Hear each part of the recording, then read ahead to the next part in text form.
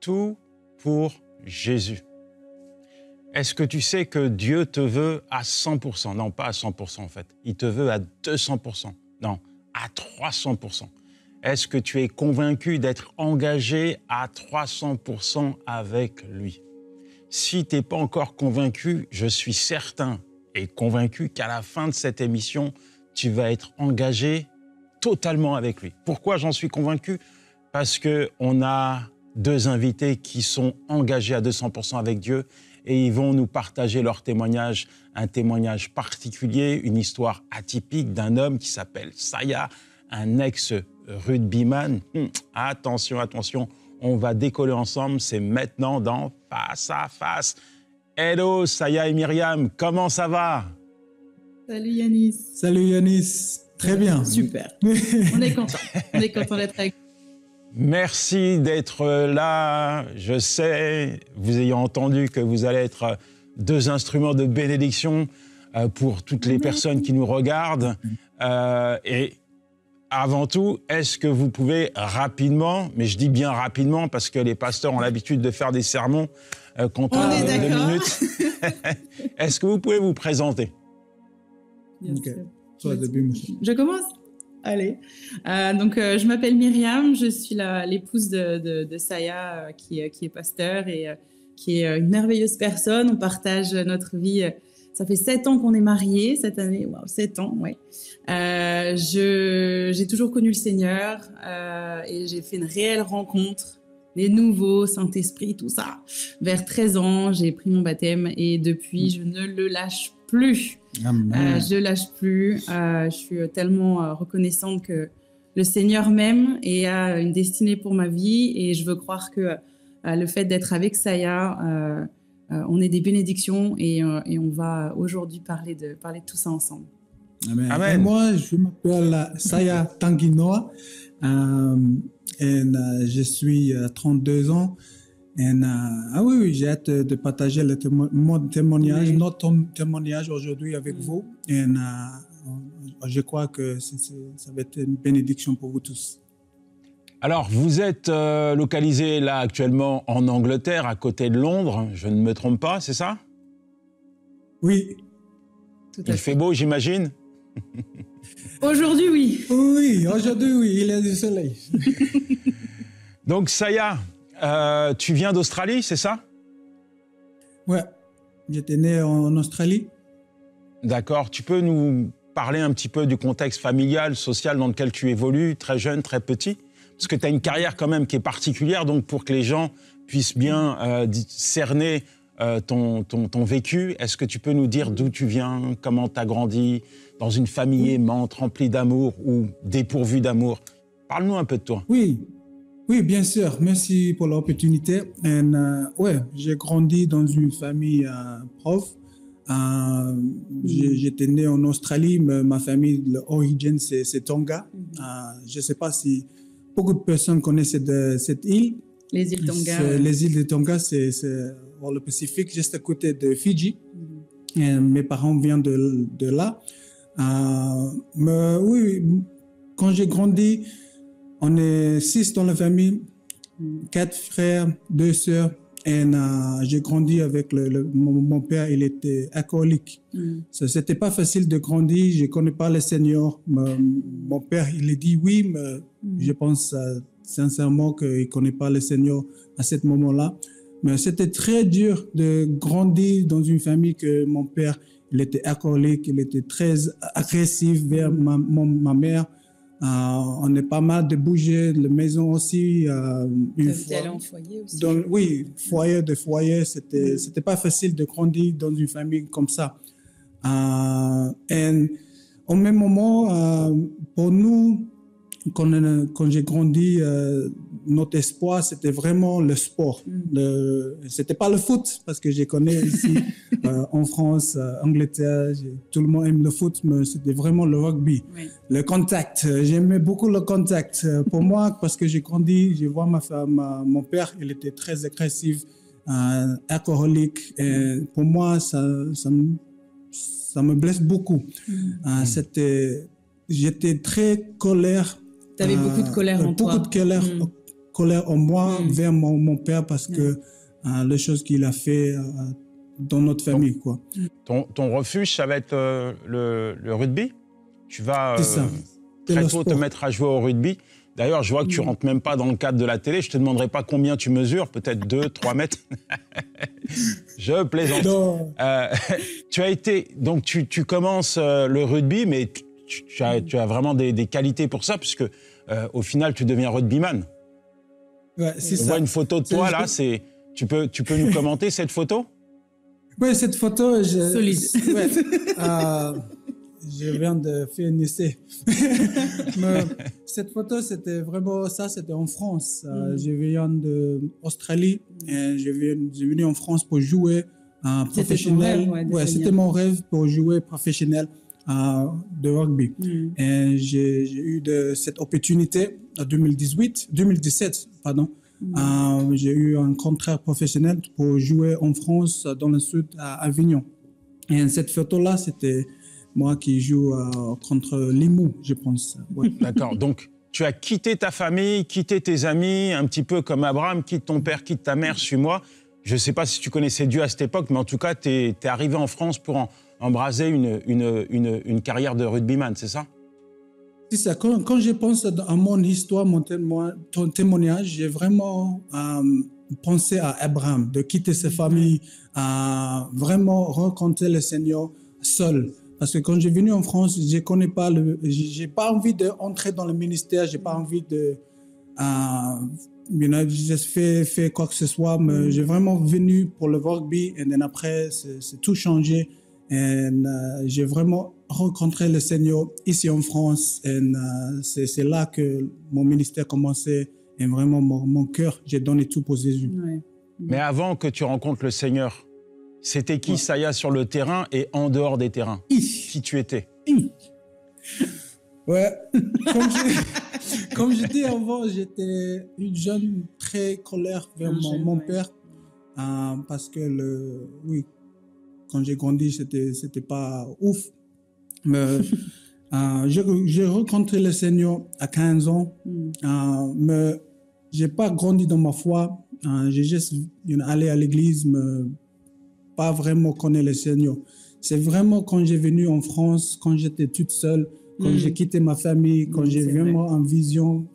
Tu étais isolé, quoi. Isolé, resté ici.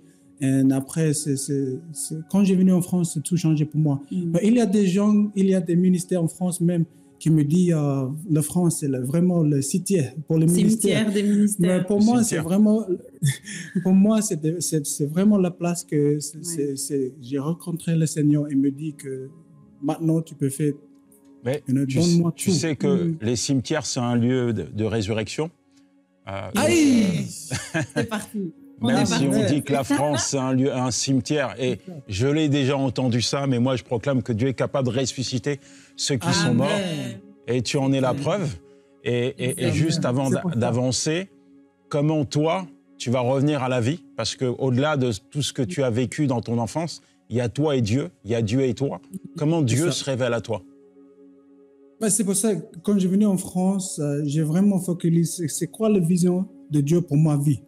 J'ai vraiment posé cette question, même quand j'étais venu ici pour jouer au rugby, mais je sais que Dieu me créait plus que pour jouer au rugby. Et j'ai prié, j'ai fait mon expérience, j'ai vraiment envie d'écouter la voix de Dieu pour moi. Et il me dit, le plus important pour dans une vie chrétienne, c'est le caractère de Dieu. C'est vraiment marcher dans l'autorité de Jésus. Dans l'autorité. Mais seulement pour manifester le caractère de Dieu. Et moi, avant, la première fois quand j'ai donné ma vie à Jésus à 15 ans, je ne comprenais pas ça. Je pensais que d'être un chrétien, c'est que seulement aller à l'église. C'est dimanche matin, quoi. Faire les prières, tout ça. Mais vraiment, le chrétien, d'être un bon chrétien, d'être un chrétien aujourd'hui, c'est vraiment soumission. Et c'est pas une addition. Avant, j'ai vraiment ajouté Jésus que tout ce que j'ai fait avant. Même pour le rugby, j'ai ajouté Jésus. Ici, avec mon créateur de rugby, vraiment, c'est le Seigneur qui me dit, c'est pas ajouter, c'est pas m'ajouter avec tout ce que tu vis, mais c'est pour vraiment soumission. Donc, est-ce qu'à un moment donné, tu t'es retrouvé confronté à un choix? Est-ce que je dois continuer le rugby et il n'y a rien de mal à ça et continuer aussi ma vie avec Dieu? Ou littéralement, Dieu t'a dit d'abandonner le rugby pour te conduire, te diriger vers le ministère? Est-ce que ça a été ça ton défi? C'est ça. C'est vraiment après le première année ici en France, j'ai vraiment prié avec ma femme.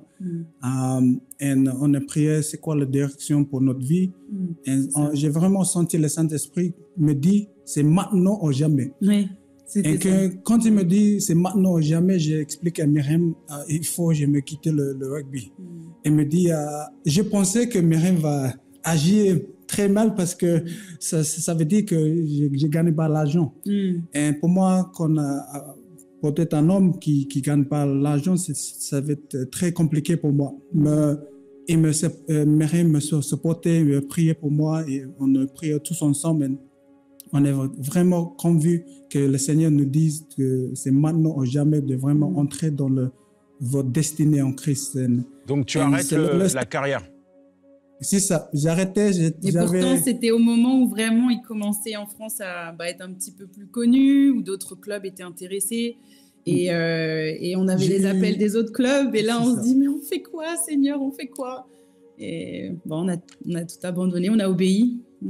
C'est ça, j'avais 25 ans et c'est 25 ans que, tu sais, le corps il est vraiment prêt pour... T'étais solide à 25 ans. Bon développement. Aujourd'hui, je vois beaucoup de jeunes qui sont dans le sport et comme je le dis, c'est pas une tare d'être dans le sport, bien au contraire. Il faut briller dans son couloir, mais il y a également beaucoup de corruption, on le sait, et beaucoup aussi de spéculation au travers d'une personne qui représente une manne financière pour les publicitaires, donc beaucoup d'enjeux et beaucoup de pression psychologique sur les sportifs. Et souvent, des sportifs chrétiens sont malmenés comme ça dans leur foi, dans leur marche avec Dieu, dans leur conviction. Et aussi, ça peut se traduire dans leurs décisions de tous les jours. C'est-à-dire que parfois, ils doivent faire des choix qui, malheureusement, ne sont pas toujours bons et bénéfiques pour eux. Quel est le conseil que toi, tu peux donner à un jeune comme ça qui est dans une carrière sportive et qui a envie de briller pour Dieu dans son couloir? Quel est le conseil que tu peux le donner? Pour moi, le conseil que je peux donner, c'est de connaître qui tu es en Christ. C'est vraiment c'est vraiment le conseil parce que, comme Pasteur Yanis a dit, tu as toujours un challenge, toujours des moments pour prendre des décisions. Et si tu ne connais pas qui tu es en Jésus, tu vas suivre le monde, tu vas suivre tout le monde.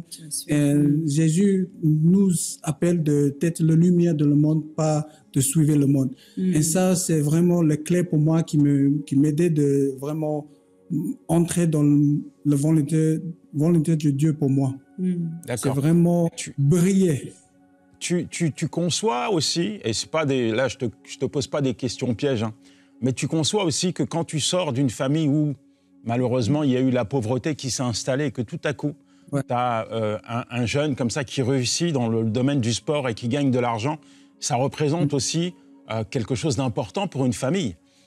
Comment toi, dans ton choix, dans ta décision d'arrêter cette carrière qui démarrait, en tout cas qui avait l'air de bien s'installer sous tes yeux, quel est, quand tu as fait ce choix-là, de tout arrêter, et tu l'as dit, sans salaire, juste avec le parachute de la foi, quel est le regard de tes parents par rapport à ça? Il n'était pas content, ton père. Hein? Mon père me dit que j'ai tout donné, j'ai amené toi tous les entraînements en Australie, tout ça pourquoi? Pour jeter ça dans la poubelle et tout ça. C'est une mauvaise idée. Il ne faut pas faire ça, tout ça. Mais j'ai vraiment la conviction dans mon cœur. C'était vraiment le moment pour moi parce que je sais, quand tu grandis dans une famille avec rien, et then après, tu gagnes l'argent, et then après, tu entres dans tes rêves et tu fais, et then après, le Seigneur me dit, tu dis de quitter tout pour suivre la volonté de Dieu. C'est vraiment, et des fois, des gens qui disent oh, c'est très facile de dire ça, oh, tout le monde dit ça, de faire confiance à Dieu. Fais confiance à Dieu. Et moi, j'ai décidé à ce moment-là de faire confiance à Dieu, même quand j'ai grandi avec rien. Même ce moment, j'ai gagné l'argent, j'ai commencé ma famille, j'étais 1 an marié avec Myriam. Ça faisait 1 an, oui. Ça faisait 1 an. Et On après, construisait notre vie, quoi. Le Seigneur me dit que de quitter tout, de donner ça. Et après, regarde que j'ai fait avec ta vie, avec ta famille. Et pour moi, c'était Et ton papa aujourd'hui, qu'est-ce qu'il dit? Aujourd'hui, là, maintenant. Bon, aujourd'hui, le témoignage, c'est qu'il a donné sa vie à Jésus aussi. Il a vu, il a vraiment la conviction qu'il a marché dans le mauvais chemin. Lui-même, il a rencontré avec le Seigneur. Et il est très, très, très content qu'aujourd'hui, on est des pasteurs ici en Europe, quoi. D'accord. Donc, Myriam, tu rencontres ton mari, il est rugbyman ou il est plus rugbyman? Alors, Saya et moi, on s'est rencontrés en 2015, donc il était encore rugbyman en Australie. Là, on s'est rencontrés en Afrique du Sud. D'accord. Un camp chrétien. D'accord. Alors, aujourd'hui, on voit chez les jeunes couples, parfois, beaucoup d'erreurs dans les choix, dans les engagements. Et comment, toi, tu t'es positionné par rapport à 2 faits? D'un côté, tu as un homme qui représente quand même un avenir, un bel avenir. Au travers d'une carrière de rugbyman, il y a quand même un confort financier, il y a des projections peut-être sur le futur qui sont bien. Et ce n'est pas une tare encore, je le répète, hein, mais ça peut être vraiment un gage d'assurance financier.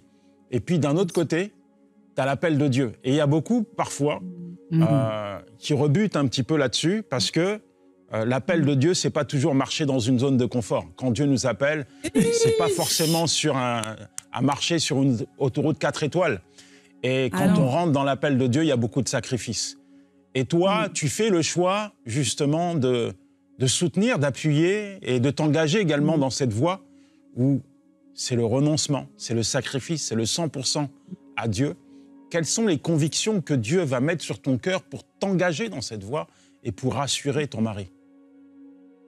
J'ai ressenti tout d'abord une paix inexprimable, en fait. Quand il m'a dit, écoute, je sens que le Saint-Esprit me dit là, c'est maintenant ou jamais. Je sais que je grandis dans ma carrière, que je commence à me faire un nom. Et quand il m'a dit ça, j'ai dit, OK, bon, bah, on va voir, on va prier ensemble aussi. C'est très important dans un couple de prier ensemble. Et le Saint-Esprit m'a donné une paix extraordinaire. Il m'a dit, tout concourt à votre bien, vous inquiétez pas. Votre vie est entre mes mains, je vous aime, vous êtes mes enfants, je ne vais pas vous envoyer dans les problèmes. Alors oui, par contre, ça va demander de sortir de sa zone de confiance, mais le potentiel que j'ai mis dans cet homme, tu vas le voir grandir avec moi et ça, tu vas être témoin de cela et tu vas pouvoir témoigner aux autres femmes aussi et être une bénédiction dans ce sens qu'il faut croire dans le potentiel que Dieu met dans nos maris, de ne pas les voir juste avec les yeux physiques, mais de voir aussi le cœur. Et Dieu m'a montré vraiment le cœur de Saya. Il l'a transformé, tu sais, comme un potier et un vase, là. C'est comme si tu voyais le potier qui était là, qui modifiait, c'était magnifique. Et je dis pas que c'était facile. On a vécu des temps de foi. Il fallait marcher par la foi. Mais Dieu a toujours répondu présent. Là où il t'envoie, il pourvoit. C'est vraiment notre témoignage de vie aussi. Là où il t'envoie, il pourvoit. Quand il donne une vision, il donne la provision. Quand il donne un projet, il accorde le budget. Il y a beaucoup de gens qui connaissent ces phrases. Pour certains, pensent que c'est des phrases toutes faites, des phrases bateau, comme on dit. Quels sont les conseils, justement, que vous pourriez donner à des couples comme ça, qui sont dans des défis où ils ont envie de s'engager avec Dieu, mais de l'autre côté, il y a aussi des réalités légitimes. Quels sont les conseils que vous pouvez donner? S'il y en a 4, parce que le temps passe, 4 conseils. Si vraiment, tu dois donner les 4 meilleurs des meilleurs conseils. Tu en donnes 2, toi, Myriam, et Saya, tu en donnes 2. Et après, on va prier pour les gens. Amen. Ok, avec plaisir. C'est vrai que, première chose, comme a dit Saya, c'est connaître ton identité. Qu'est-ce que ça veut dire, connaître ton identité? C'est avoir ouvert ta Bible, en fait, et comprendre ce que dit la parole de Dieu sur toi. Te voir comme Dieu te voit. Et comprendre que ce qu'il a mis en toi, c'est pas pour rien. C'est pas pour rien. Donc, comprendre qui tu es, c'est ça qui est hyper important. Et ensuite, un total abandon. Un total abandon. On raisonne pas, on réfléchit pas, on reste focalisé sur Christ et on lui fait confiance. Alors je sais que, comme tu dis, c'est hyper facile à dire, mais c'est aussi notre témoignage parce qu'on est en Angleterre pour l'instant, pour un temps. Et Dieu nous a donné une vision et il a pourvu en son temps être patient. Pas rusher, tu vois, le timing de Dieu, mais de comprendre que Dieu a un temps, Dieu a des circonstances, Dieu a des bénédictions pour chacun d'entre nous. Et il faut lui faire confiance à 100%. Ça veut dire quoi? Attendre les bras croisés? Non, ça veut dire tu continues de faire pour lui. Mais il faut être attentif à la voix de Dieu. Faut pas laisser le bruit, tu vois. Amen. Non, faut vraiment entendre et écouter. Être à Saya, on t'écoute maintenant. Oui, et pour moi, Deux c'est conseils. vraiment focalise sur Jésus. Focaliser sur Jésus. C'est vraiment regarder à Jésus. C'est-à-dire? Ça c'est vraiment de faire confiance à sa parole, Ouais. connaître la parole de Dieu. Plus important, c'est de vraiment discover De découvrir, the heart of God. de découvrir le cœur de Dieu. Et pour finir, c'est vraiment marcher dans obéissance. Obéissance. Le deuxième point, donc D'accord. marcher dans l'obéissance. Marcher dans Ok. l'obéissance. Bien sûr, on pourrait aller encore plus loin, 2, 3, 4 Ouais. émissions pour parler de votre parcours qui est tellement beau, tellement important aujourd'hui pour tous ceux qui sont à l'aube peut-être d'un engagement. Mais le temps passe et le monde a besoin de prière. Alors je vais vous demander de prendre quelques minutes pour prier pour ceux qui nous regardent, ceux qui ont été touchés par votre appel, votre amour, votre engagement, et qui sont peut-être dans des défis, dans des réalités qui les malmènent spirituellement, psychologiquement. Je vous demande de prier pour ces personnes, parce que je crois que Dieu va agir dans leur cœur. Amen. Amen. Tu veux prier? Amen. Yeah. Can you pray? Thank you, Lord. Merci Seigneur. Thank you for everyone that is watching. Merci pour tous ceux qui nous regardent. And I just pray, Lord, your hand be upon everyone. Et je prie que ta main soit sur chacun d'entre eux. And I just pray, Lord, Je prie Seigneur and I declare et je déclare no weapon formed against them que toute arme forgée contre eux shall not prosper. est nulle et sans effet. In Jesus' Dans name. le nom de Jésus. I pray that everyone would discover the call Je prie que chacun d'entre eux puisse découvrir leur appel and fulfill the call. et surtout accomplir cet In appel. Jesus' Dans name. le nom de And I Jésus. pray Et je for a prie fresh conviction pour une conviction fraîche, to fulfill the plan of God for their life qu'ils puissent vraiment accomplir le plan que Dieu a prévu dans leur vie and really be et qu'ils puissent être. understanding Keep going, the call of God, keep the going. identity that God has given to them. Et qu'ils puissent comprendre leur identité que Dieu leur a donnée. In Jesus' name. Dans le nom de I pray that Jésus. everyone will be a light to their world, Que chacun puisse être une lumière dans leur monde, a blessing to their world. une bénédiction dans leur monde. In Jesus' name. Dans le nom de Jésus. Amen. Amen. Amen. Amen. Alors, avant de finir, quelle est aussi la vision que vous partagez aujourd'hui à tous ces gens que vous rencontrez au travers de votre témoignage? Qu'est-ce que vous leur partagez? Mhm. Oui, notre vision, c'est vraiment inspiré dans une verset Colossiens 3, 17. Colossiens 3, 17. And it says, whatever you do or say, En gros, tout ce que tu fais et ce que tu dis, do it in the name of Jesus. fais-le pour le nom de Jésus. Et le nom, ça veut dire, c'est le grec mot onomé. Et le mot nom en grec, c'est onoma. You say, you're speaking in French. Mhm. And onoma means authority and Et character. onoma, ça veut dire autorité et caractère. So our vision Donc notre vision, is to walk with the authority of c'est de Christ, marcher par l'autorité que Dieu nous donne, understand the authority of Christ, comprendre cette autorité de Christ sur notre vie. but the purpose is to express the character of Mais le God. but d'un chrétien, c'est vraiment d'exprimer le caractère de Dieu. So that's what I really want when we minister. Et donc nous, quand on œuvre pour le Seigneur, We really want people to experience the authority of God and character on of veut God. vraiment que les personnes qui nous écoutent puissent expérimenter l'autorité de Dieu dans leur vie, mais également d'avoir et de comprendre le caractère de Dieu. And of course, when you're young, Et c'est surtout quand tu es jeune. but it can be generally for the church and Mais the ça body of peut Christ. être, voilà, bien sûr, beaucoup focus sur les jeunes, mais ça peut être aussi pour toutes les personnes dans l'assemblée. Amen. Amen. Alors, je vais vous demander l'exercice le plus difficile pour un couple pastoral, mais vraiment celui que j'aurais jamais voulu avoir. Vous êtes dans un stade ou dans une église, tiens, elle est pleine de jeunes. Et je vais vous donner 2 minutes pour partager un message. Ok. Vous avez 2 minutes pour leur partager un message. Minutes. Ça va être compliqué. Hein. 2 minutes. 2 minutes. Allez-y. 2 minutes Okay. pour les jeunes. Let's go. For the do you want me to say in English? Vas-y, Okay. So, I mean, for the youth is Pour les jeunes, the Bible says, la Bible dit, don't forget God. n'oublie pas Dieu. And when we're young, Et surtout quand tu es jeune, we're living life like we are going to live forever. il faut... We live life like we're going to be forever on earth. Il faut comprendre qu'on vit cette vie, mais qu'elle est éternelle, en fait. But the Bible says there is a death date for everyone. Et la Bible dit qu'il y a une date de mort pour And tous. what I want to share with you Et today ce que je veux vous partager aujourd'hui, is that what are you going to do from when you are alive? c'est What are you qu'est-ce que going to tu do vas with your faire life? durant ce temps d'existence sur cette terre. What do you want your life to mean? Tu veux que ta vie, elle est quoi comme saveur? What kind of life do you want to live? What kind of legacy do you want to leave? Qu'est-ce que tu veux donner comme témoignage? And God wants to enable you to live your life for Him, Et Dieu, il veut vraiment te donner cette possibilité de vivre pour lui, to be a gift to the world. d'être un cadeau pour ce monde. But in order for you to be a gift, Et pour être un cadeau pour ce monde, you must understand the gift that God has placed inside il of faut comprendre le cadeau que Dieu t'a fait. you. And this is the good thing about God. Et c'est ça qui est merveilleux avec Dieu.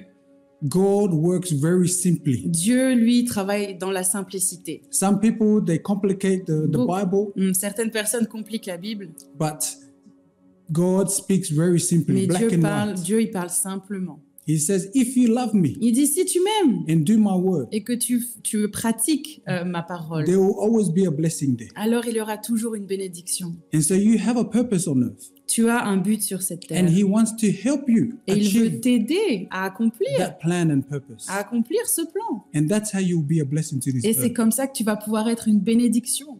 You can't be a blessing if you're listening to too many people. Tu ne peux pas être une bénédiction si tu écoutes tout le monde là. You can only be a blessing if you listen to the one that created you.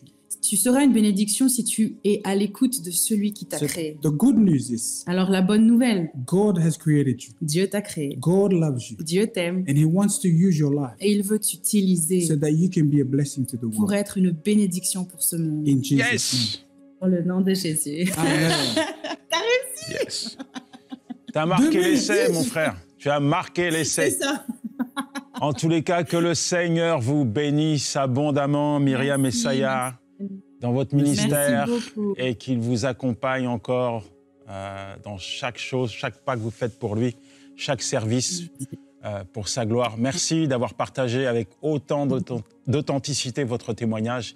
Et puis, pour vous, gardez ce que vous avez reçu. N'oubliez pas que pour avancer avec Jésus, il faut impérativement être engagé à 100% avec lui. Que Dieu vous bénisse. Ciao, c'était Yanis Gauthier.